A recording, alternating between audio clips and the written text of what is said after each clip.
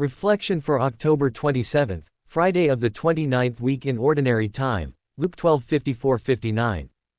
Gospel. Luke 12:54-59. Jesus said to the crowds, "When you see a cloud rising in the west, you say immediately that it is going to rain, and so it does. And when you notice that the wind is blowing from the south, you say that it is going to be hot, and so it is. You hypocrites! You know how to interpret the appearance of the earth and the sky. Why do you not know how to interpret the present time? Why do you not judge for yourselves what is right? If you are to go with your opponent before a magistrate, make an effort to settle the matter on the way.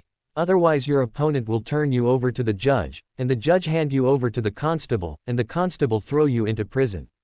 I say to you, you will not be released until you have paid the last penny." Reflection. The story is told about a man who had a verbal tussle with his neighbor that eventually resulted in a physical combat. After both of them had been bloodied, they both hurled threats of a lawsuit. The neighbor who started the conflict had a sudden realization that he needed to apologize. So, he knocked on the gate of his neighbor, and when the gate was opened, he humbly apologized. His apology was immediately accepted.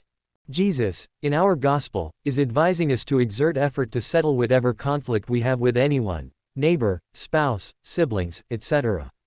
Why? For the simple reason that it always pays to settle conflicts early. Otherwise, if we wouldn't settle it immediately, that conflict could morph into a much bigger and dangerous conflict. Take, for example, a conflict between spouses that is left unsettled. Sooner or later, this conflict would result in something that is irreparable, leading to estrangement. Therefore, we have to immediately resolve any conflict we have with anyone by apologizing as soon as possible.